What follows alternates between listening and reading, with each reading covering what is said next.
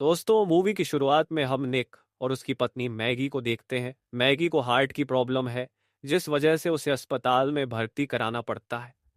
Maggi अब अस्पताल में है, तो निक अपनी बेटी और छोटे बेटे के साथ घर के काम काज के लिए एक एआई रोबोट खरीदने का फैसला करता है। निक रोबोटों की जांच कर ही रहा था, अचानक तभी उसकी बेटी दूसरी ओर चली जाती है, उसे ढूंढते हुए। निक परेशान हो जाता है, लेकिन इसी दौरान एक एआई रोबोट जिसका नाम एलिस है, उसकी बेटी को ढूंढकर निक के पास ले आती है। एलिस एक बहुत ही एडवांस एआई रोबोट है। निक की बेटी को एलिस पसंद आ जाती है और वह निक से इसे ही लेने की जिद करती है। आखिरकार निक एलिस को अपने घर ले आता है। घर पहुंचते ही एलिस सबसे पहले निक से परिवार के हर सदस्य की पूरी डिटेल मांगती है। इसके बाद निक उसे घर दिखाता है और फिर अपनी बेटी को स्कूल छोड़ने चला जाता है। इस दौरान एलिस ने घर के सभी काम करना शुरू कर दिया था। वह मैगी की फोटो भी देखती है और घर को अच्छी तरह से साफ सुथरा बना देती है। जब निक और उसके बच्चे वापस लौटते हैं, तो वे देखकर हैरान रह जाते हैं कि घर पूरी तरह से साफ है और एलिस ने उनकी पसंदीदा डिश भी तैयार कर रखी है। डिनर के समय निक का बेटा अचानक रोने लगता है। गुस्से में निक कहता है, तुम हमेशा मुझे परेशान करते रहते हो। पास खड़ी एलिस ये सब चुपचाप सुन रही थी। रात के समय हमनी की बेटी आयला को किचन में कुकीज निकालने की कोशिश करते हुए देखते हैं। तभी निक को आयला की चिल्लाने की आवाज सुनाई देती है। आयला चेयर से गिर गई थी, लेकिन ठीक उसी समय एलिस ने उसे गिरने से बचा लिया। लेकिन तभी एलिस की जांघ पर कांच का एक टुकड़ा लग जाता है। एलिस तुरंत अपने घाव पर बैंडेज लगा लेती है। तभी निक वहां आकर उसे अपनी पत्नी के कपड़े पहनने के लिए देता है और पूछता है कि क्या उसके घाव को रिपेयर करवाने की जरूरत पड़ेगी। लेकिन जब एलिस बैंडेज हटाती है, तो निक देखता है कि उसका घाव पूरी तरह से ठीक हो चुका है। ये देखकर निक समझ जाता है कि एलिस वास्तव में बेहद एडवांस्ड तकनीक से बनी हुई है। अगले दिन निक अपने बच्चों और एक के साथ मैगी से मिलने अस्पताल जाता है।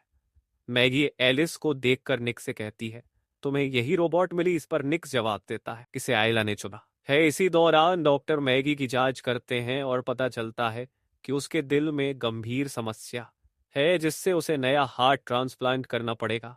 इसके बाद हमें निक की वर्क प्लेस की जगह दिखाया जाता है, जहां पर बताया जा रहा था कि ज्यादातर ई रोबोट्स ने इंसानों की जगह ले ली है। निक इस बदलाव से परेशान होकर अपने बॉस से कहता है, तुम ऐसा नहीं कर सकते। लेकिन बॉस जवाब देता है, पैसे बचाने के लिए हमें यही करना होगा। निक इस बात से निराश हो जाता है, क्योंकि उसकी जॉब भी जा सकती थी। फिर वह अपने घर लौटता है और अपने काम पर लग जाता है। घर में एलिस निक के पास आती है और उससे पूछती है, क्या हुआ, तुमने आज ठीक से खाना भी नहीं खाया? निक उसे अपनी वर्क साइड की बात बताते हुए कहता है, मैं अपने साथ काम करने वालों को 10 साल से जानता हूँ, लेकिन अब उनकी जगह एआई रोबोट्स ले लेंगे। यह सुनकर एलिस कहती है, ये रोबोट कभी थकते नहीं और काम भी पूरी कुशलता से करते हैं। इसके बाद एलिस आइला को ब्रश करवाने के लिए ले जाती है और उसे अपने मुंह की यूवी लाइट्स दिखाती है, जिससे उसे ब्रश करने की जरूरत नहीं पड़ती। फिर एलिस वापस निक के पास आती है। निक घर में बैठा हुआ एक हॉरर मूवी देख रहा होता है। एलिस मूवी की तारीफ करती है, तो निक उससे कहता है, अगर तुम इस मूवी की सारी मेमोरी इरेज कर दो, तो इसे मेरे साथ देख सकती हो। एलिस जवाब देती है, मुझे ऐसा करने के लिए खुद को रीस्टार्ट करना होगा। निक मत होकर उसे रीस्टार्ट कर देता है। रीस्टार्ट के बाद निक और एलिस साथ में मूवी देखने लगते हैं। तभी निक को मैगी का कॉल आता है। अगले दिन वो बच्चों और एलिस के साथ मैगी के पास अस्पताल जाता है। आज मैगी की सर्जरी होनी थी। ऑपरेशन से पहले मैगी एलिस से अकेले में बात करती है। वह कहती है, अगर मुझे कुछ हो गया तो तुम्हें निक और बच्चों का ध्यान रखना होगा, भले ही तुम्हें इसके लिए निक के 10 के खिलाफ क्यों ना जाना पड़े। एलिस उसकी बात गंभीरता से सुनती है। इसके बाद मैगी की सर्जरी शुरू ही होने वाली थी। तभी अस्पताल में डॉक्टर निक और मैगी को बताते हैं कि जो व्यक्ति हार्ट डोनेट करने वाला था, वह तूफान की वजह से आज नहीं आ पाएगा। ये सुनकर मैगी निक से कहती है, तुम बच्चों के साथ घर चले जाओ, मैं कुछ समय अकेले रहना चाहती हूँ। निक घर लौट आता है, लेकिन गुस्से और तनाव में वह ड्रिंक करने लगता है। तभी वहां एरिस आती है और उसे रोकते हुए कहती है, अगर तुम गुस्से में ऐसा करते रहे तो खुद को चोट पहुंचा सकते हो। इसी बीच निकी नजर एलिस के मैकेनिकल दिल पर जाती है। वह पूछता है, क्या यही काम करता है? एलिस जवाब देती है, यह सिर्फ एक मैकेनिकल डिवाइस है जो फील नहीं कर सकता। इसके बाद एलिस निक को शेड्यूस करने की कोशिश करती है, लेकिन निक वहां से चला जाता है। अगले दिन निक देखता है कि उनकी फैमिली फोटो में से मैगी की तस्वीर गायब है। वह इस बारे में एलिस से पूछता है। एलिस कहती है आयला फोटो देखकर उदास हो रही अपने पुराने दोस्तों से मिलने जाता है जो पहले उसके साथ काम करते थे। उनमें से मोटी नाम का एक आदमी निक से कहता है कि उसका कुछ सामान वर्क साइट पर रह गया है और वह निक को वहां ले चलता है। वर्क साइट पर पहुंचने के बाद मोटी अचानक निक से कंटेनर का कोड पूछने लगता है। जब निक कोड बताने से मना कर देता है तो मोंटी निक की बेटी का जन्म वर्ष कोर्ट में डालता है। हैरानी की बात यह होती है कि कंटेनर उसी कोड से खुल जाता है। मोंटी द्वारा कंटेनर का कोड डालने के बाद उसमें से एक रोबोट बाहर आता है। मोंटी तुरंत उस रोबोट को तोड़ देता है। इसके बाद मोंटी और कुछ लोग निक को पकड़ लेते हैं और वहां के बाकी सभी रोबोट्स को भी खत्म कर देते हैं। फिर हमें निक को घर पर दिखाया जाता है जहां वह शावर ले रहा होता है। अचानक एलिस वहां आ जाती है। उसने मैगी के कपड़े पहने हुए थे। यह देखकर निक उससे पूछता है तुमने ये कपड़े क्यों पहने हैं। एलिस जवाब देती है तुम्हारी पत्नी की स्मेल तुम्हारे बेटे को खुश करती है। निक उसे कपड़े बदलने के लिए कहता है। इस पर एलिस वहीं अपने कपड़े उतार देती है और निक को सेड्यूस करने की कोशिश करती है। निक उसे रोकने की कोशिश करता है, लेकिन तभी एलिस उसकी आंखों पर हाथ रखकर मैगी की आवाज में बात करने लगती है, जिससे निक भी बहक जाता है। इसके बाद वे दोनों वहीं अपना काम कर लेते हैं। अब सुबह निक को रात में हुई हर बात पर पछतावा होता है। वो एलिस से कहता है कल रात जो हुआ वह एक बड़ी गलती थी, अब दोबारा ऐसा नहीं होना चाहिए। इस पर एलिस जवाब देती है लेकिन रात को तुम्हारा स्ट्रेस कम हो गया था। यह सुनकर निक गुस्से में आ जाता है और फिर वह अपनी बेटी को स्कूल छोड़ने निकल जाता है। इसके बाद जब वह अपनी वर्क साइट पर पहुंचता है तो वहां पुलिस मौजूद होती है। उसका बॉस उससे कहता है कल रात एक कंटेनर तुम्हारे कूड़ से खोला गया था, तुम्हें कुछ पता है। निक सफाई देते हुए कहता है मेरा कोड मेरी बेटी का बर्थ ईयर था। बॉस गंभीरता से कहता है अगर तुम्हें इस बारे में कुछ भी पता है तो मुझे बताओ, नहीं तो इसके नतीजे बहुत बुरे होंगे। तभी निक को मैगी का कॉल आता है जिसमें वह बताती है कि उन्हें नया हार्ट मिल गया है और सर्जरी शुरू कर दी गई है। मैगी की सर्जरी सफल होती है और वह पूरी तरह से ठीक हो जाती है। इसके बाद निक उसे घर ले आता है। मैगी अपने बेटे मैक्स को उठाने की कोशिश करती है लेकिन वह उठता ही नहीं। तभी एलिस वहां आकर मैक्स को अपनी गोदी में उठा लेती है। यह देख मैगी को अच्छा नहीं लगता क्योंकि उसका बेटा किसी और ने ले लिया। उसे थोड़ा अजीब सा लगता है। घुमाने ले जाती है जहां एक बच्चे के चिल्लाने पर मैक्स रोने लगता है। यह देखकर एलिस उस बच्चे को बहुत गुस्से से चिल्लाती है। इस पर उस बच्चे का एआई रोबोट एलिस से कहता है मेरे ऑनर ने मुझे रीस्टार्ट किया था तो मैंने अपने अंदर के रूल्स खुद ही बदल लिए हैं और अब मैं खुद अपने फैसले लेती हूँ। रात को मैगी सबके लिए खाना बनाती है लेकिन उसे चक्कर आने लगते हैं क्योंकि अभी उसे आराम की जरूरत थी।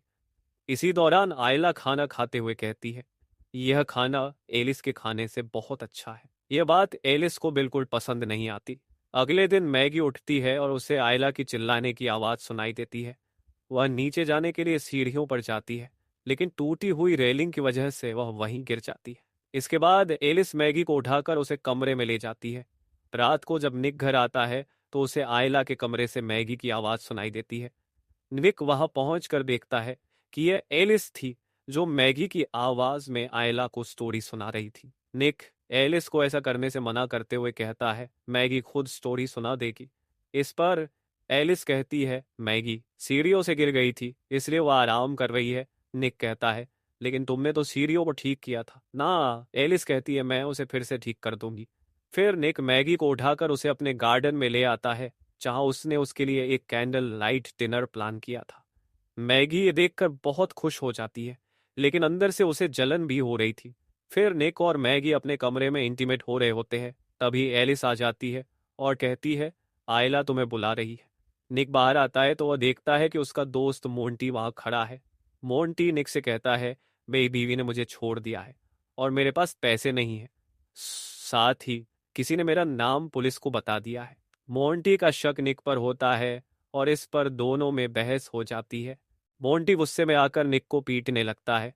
तभी एलिस आकर मोंटी को दूर फेंक देती है। मोंटी धमकी देते हुए कहता है मेरा नाम पुलिस से हटा दो, नहीं तो मैं तुम्हें भी फंसा दूंगा। इसके बाद एलिस निक से कहती है मुझे अपने प्राइमरी यूजर को बचाने के लिए बीच में आना पड़ा। फिर वह कहती है तुम्हारी वाइफ ज्यादा दिन तक जिंदा नहीं रहेगी और उसके बाद मैं उसकी जगह ले सकती हूँ।